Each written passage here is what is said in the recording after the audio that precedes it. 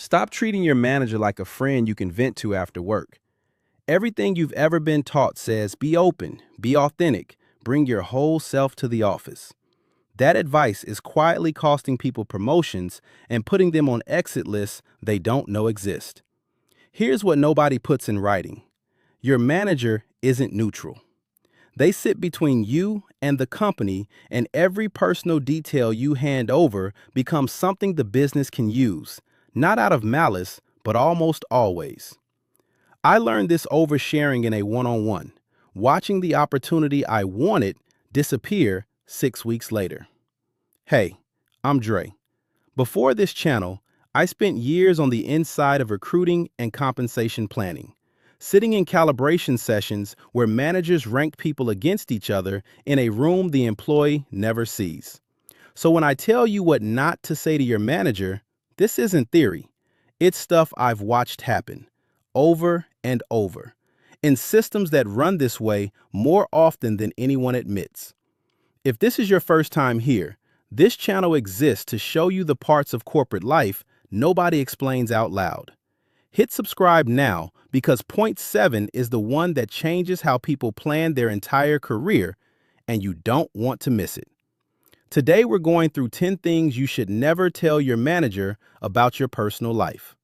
Not because you need to hide who you are as a person, but because the workplace runs on unwritten rules and nobody hands you the manual on day one.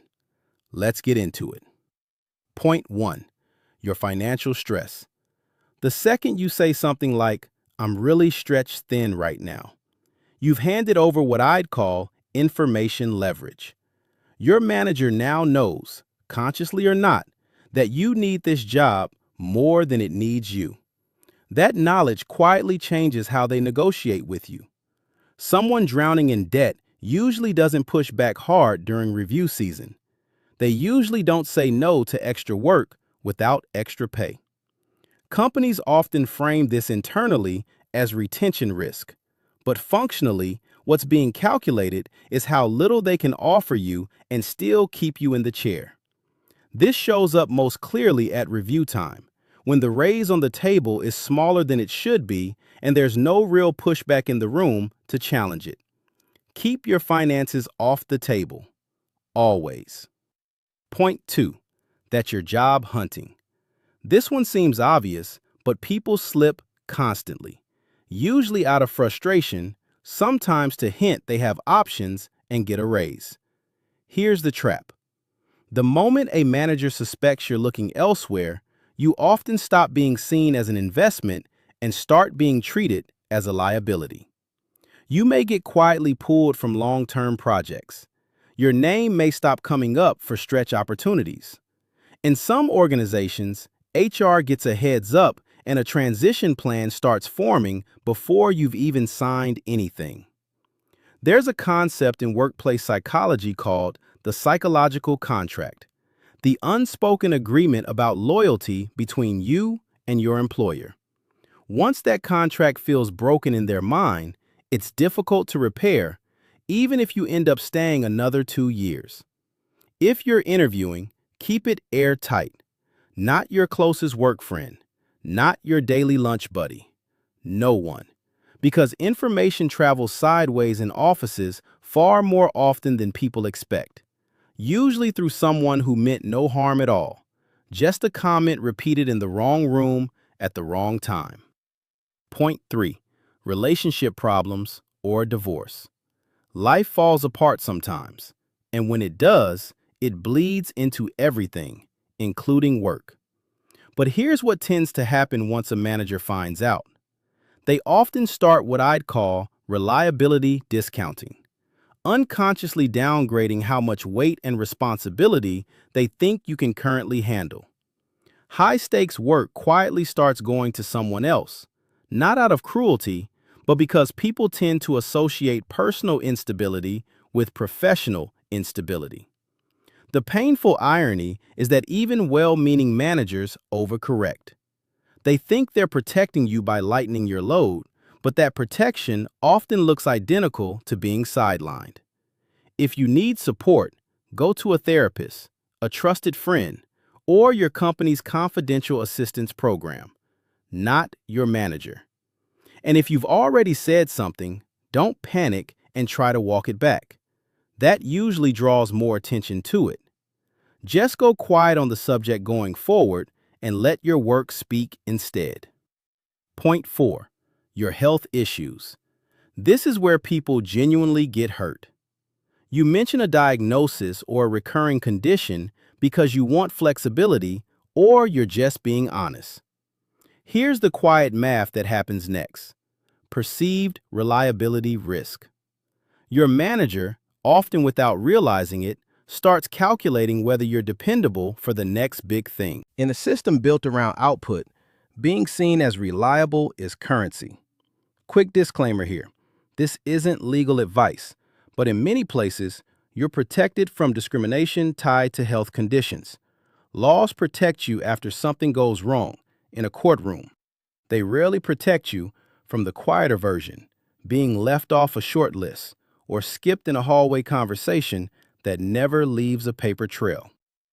Share only what's required for accommodations, not a word more. Point 5. Your honest opinion of leadership. Your manager asks something like, "What do you really think about the direction the VP is taking things?" It feels like a safe space. It usually isn't. I call this the candor trap. It feels like trust building, and your manager might even mean it that way. But your manager isn't your peer. They exist inside a hierarchy that runs upward. Anything you say about leadership above them can become useful information for them to pass along, because managers who look good to their own bosses are often the ones seen as useful conduits. Your unfiltered opinion is valuable currency. Don't hand it over for free. Save it for your journal, your therapist, or your friend at 9 p.m. Quick pause here, because this is usually where people start realizing how much of their normal human instinct to connect at work is actually working against them. That's not paranoia. That's just understanding which room you're standing in. Let's keep going, because the next few hit just as hard. Point 6.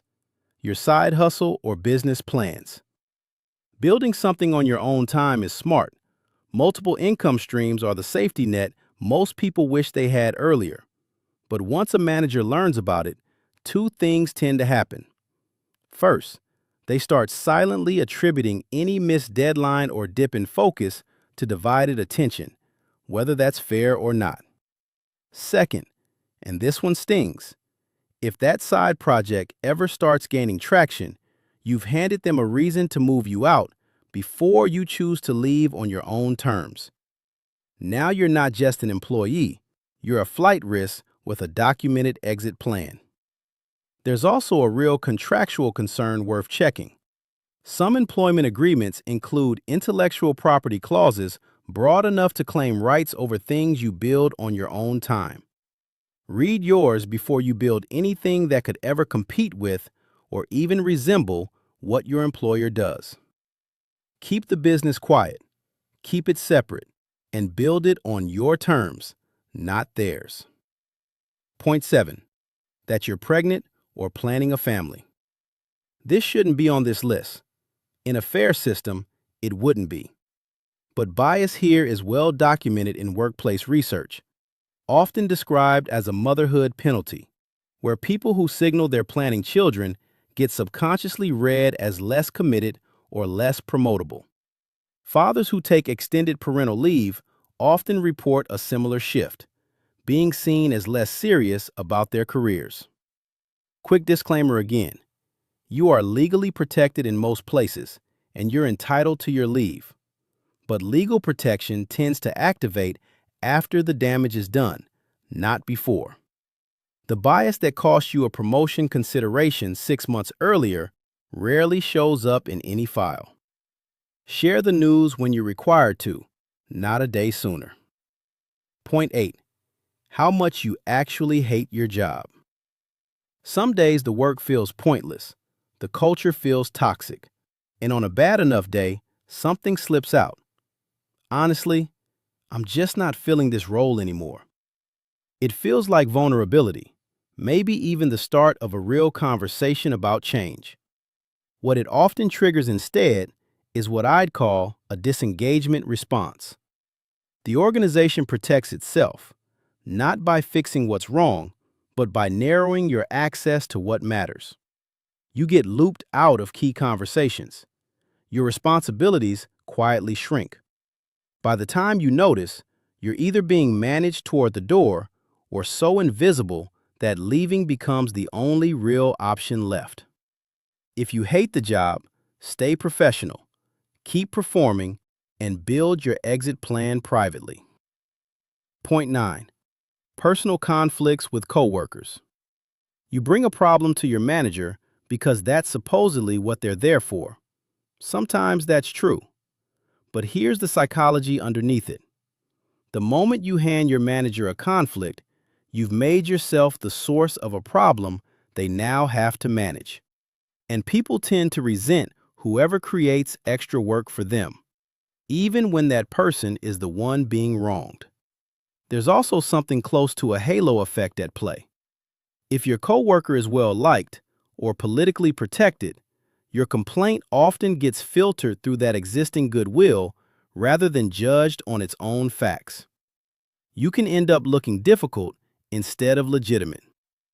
Handle it directly first, document quietly, and if you escalate, do it through HR, in writing, not as a casual hallway comment to your manager. Keep your language factual and specific. Dates, actions, impact on work, and leave the emotional framing out of it entirely.